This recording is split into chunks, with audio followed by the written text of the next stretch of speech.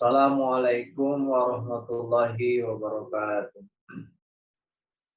Hadirin hadirat sedang salat Jumat yang berbahagia. Insyaallah pada kesempatan Jumat kali ini saya akan menyampaikan khutbah Jumat Sayyidina Amirul Mukminin Hazrat Mirza Makhrur Ahmad Khalifatul Masih Khamis Ayyadahullahu Ta'ala binasihil ajiz. Beliau menyampaikan khutbah Jumat masih melanjutkan uraian mengenai kejadian-kejadian dalam kehidupan sahabat Hazrat Utsman radhiyallahu anhu. Huzur Ayyadahullahu Ta'ala binasihil ajiz menyebutkan mengenai pertempuran Sawari yang terjadi antara pihak umat muslim dengan pihak Kekaisaran Romawi, yaitu Konstantin, Kaisar Raja Roma, yang mengirimkan 500 kapal berisi pasukan untuk memerangi pihak muslim. Tapi pada akhirnya umat Islam pun menang. Demikian pula Huzur menyoroti kemenangan di berbagai wilayah dan negara yang Allah Ta'ala anugerahkan kepada umat muslim selama masa kekhalifahan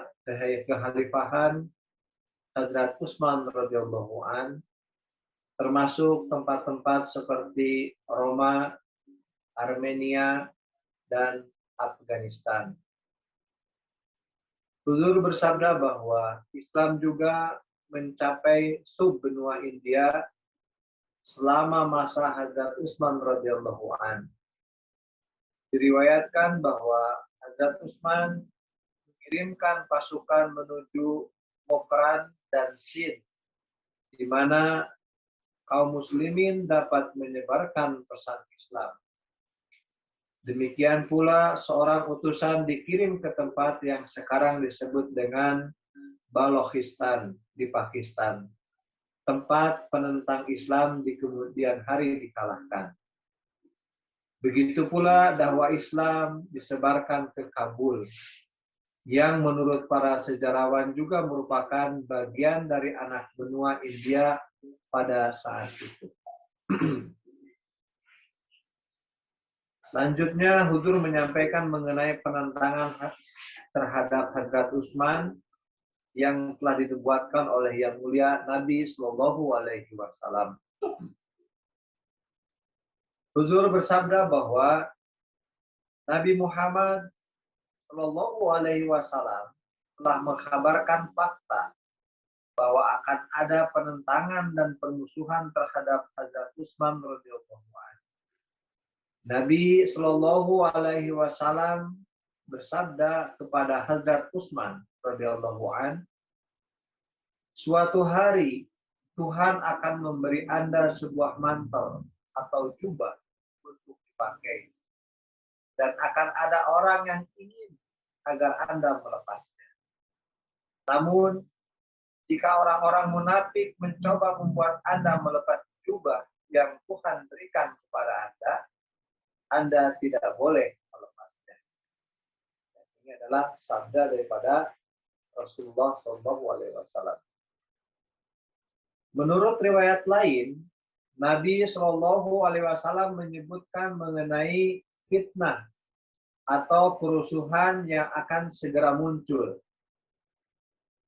Saat itu ada seorang pria yang menutup kepalanya seperti berkerudung dengan kain lewat Nabi SAW. Dengan kain lewat. Nabi SAW bersabda bahwa ketika kekacauan ini muncul, orang itu akan berada di jalan yang benar. Orang itu adalah Hazrat Utsman radhiyallahu. Huzur bersabda bahwa pada hari-hari sakit Nabi Shallallahu Alaihi Wasallam memanggil Hazrat Utsman radhiyallahu an, dan mereka duduk sendiri. Dan Nabi Shallallahu Alaihi Wasallam berbicara dengan beliau radhiyallahu. Diriwayatkan bahwa ketika Nabi Shallallahu Alaihi Wasallam bersabda pada Hadrat Utsman radhiyallahu anhu bahwa warna wajah beliau itu berubah. Kemudian pada Yaumuddar, yaitu hari ketika Hadrat Utsman radhiyallahu anhu menjadi martir atau seorang syahid, maka Hadrat Utsman radhiyallahu anhu bersabda bahwa Nabi SAW mengkabarkan dan memperingatkan tentang apa yang akan terjadi. Kemudian Huzur bersabda bahwa pada masa Hadrat Utsman radhiyallahu anhu, kekacauan di antara umat Islam itu mulai muncul. Hadirin hadirat sidang salat Jumat yang berbahagia. Selanjutnya di sini Huzur menyampaikan kutipan uraian daripada Hadrat Khalifatul Masih Tsani radhiyallahu anhu. Huzur bersabda bahwa mengutip Khalifah yang kedua radhiyallahu anhu yang menguraikan bahwa beberapa orang menyalahkan baik Hadrat Utsman radhiyallahu anhu atau Hadrat Ali radhiyallahu anhu sebagai alasan mengapa kekacauan ini dimulai. Namun anggapan seperti itu sepenuhnya adalah salah. Karena keduanya adalah hamba terkemuka Islam dan telah mencapai kerohanian yang tinggi sehingga mereka tidak mungkin melakukan perbuatan yang bertentangan dengan negara Islam. Selain itu, 6 tahun pertama kekhalifahan Hadrat Utsman radhiyallahu anhu adalah masa damai yang luar biasa. Hadrat Utsman radhiyallahu anhu sangat menginspirasi dan sangat dihormati di antara semua karena pelayanan ataupun pengkhidmatan yang luar biasa yang beliau berikan untuk Islam. Hadrat Utsman radhiyallahu anhu juga dikenal sebagai orang yang memenuhi hak-hak orang lain. Memang ada keberatan ya, bahwa kekacauan itu dimulai dari oleh para khalifahnya. Padahal nauzubillah tidak seperti demikian. Ya. Pendapat seperti itu sepenuhnya adalah salah. Kemudian Huzur menyampaikan mengenai penyebaran kerusuhan dan kejahatan. Ternyata pada masa khilafah Hadrat Utsman radhiyallahu anhu ada sekelompok orang yang menyebarkan kebohongan tentang sahabat Nabi Shallallahu Alaihi Wasallam. Mereka berkeliling dan mengungkapkan keluhan-keluhan dan protes-protes mereka kepada siapapun yang mau mendengarkan. Perlahan kelompok ini mulai berkembang dan bertambah. Anggota-anggota mereka pun mudah terpengaruh karena terperangkap oleh hasutan kelompok penghasut itu karena mereka baru menerima Islam dan karena keyakinan mereka lemah.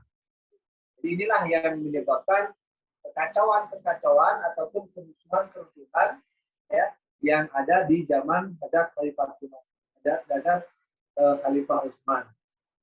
Memang ada orang-orang atau sekelompok yang menyebabkan kebohongan, protes-protes, dan keluhan-keluhan terhadap Islam. Kemudian di sini disampaikan bahwa selain itu juga mereka tidak pernah bertemu atau menghabiskan waktu ya, mendapat pendidikan dengan Nabi Shallallahu Alaihi Wasallam atau bahkan sahabat-sahabat senior beliau. Demikianlah mereka mudah terpengaruh. Mereka yang menyebarkan kebohongan ini mencakup beberapa dari antara orang-orang Yahudi dan juga orang-orang Muslim yang kurang terpelajar.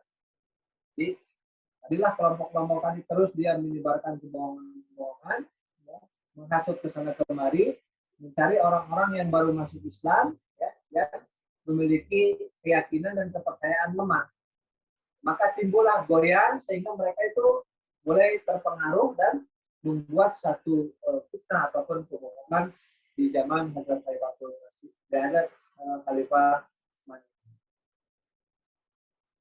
Kemudian di sini Hudru menyampaikan sifat pengampun dan kebijaksanaan dari Hazrat Utsman radhiyallahu an terhadap para pengacau.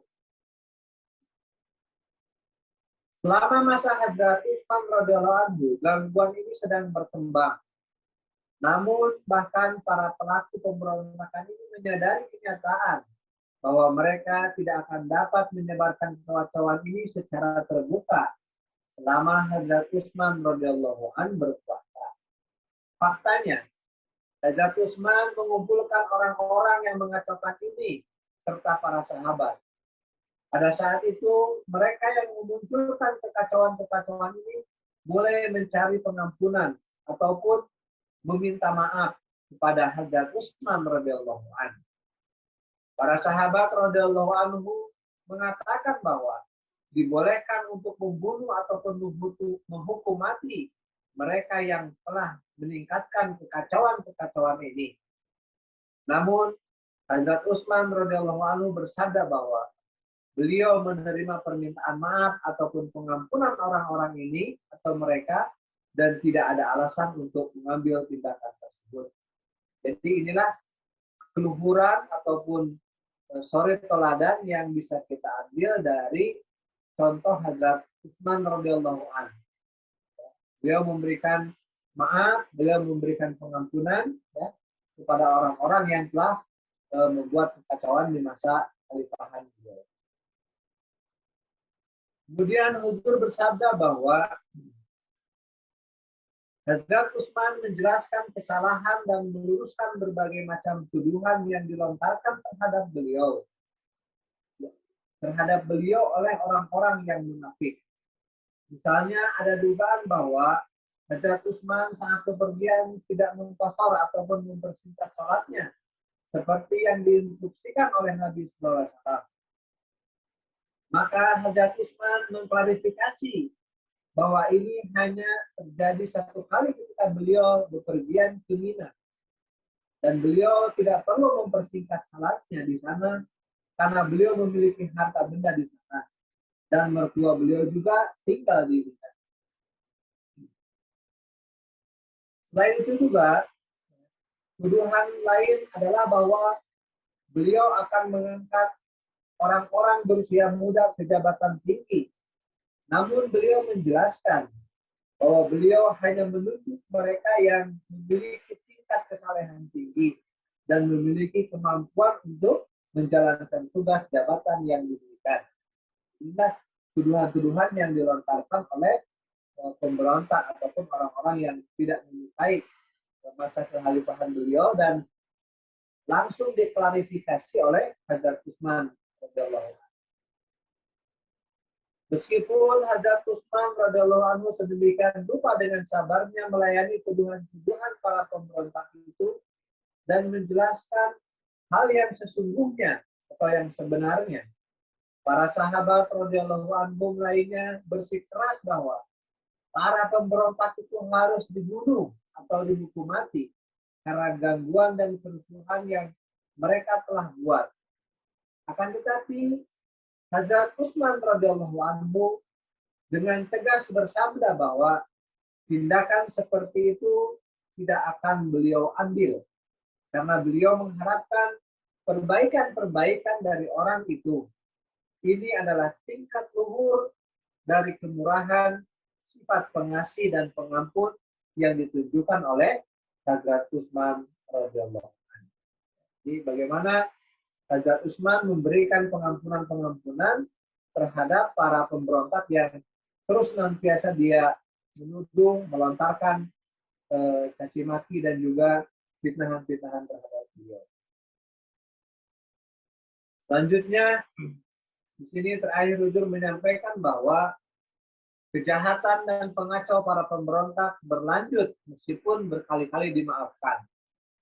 Ini ada dikatakan bahwa sayangnya, bagaimanapun pengampunan dan belas kasihan yang oleh Hazrat Utsman radhiyallahu anhu tampilkan kepada para pemberontak, hal itu tidak berpengaruh apapun bagi orang-orang munafik itu.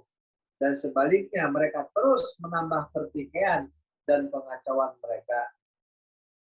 Jadi Huzur bersabda bahwa beliau akan terus menyoroti kejadian-kejadian dari kehidupan Hadrat Utsman radhiyallahu anhu di khutbah-khutbah yang akan datang.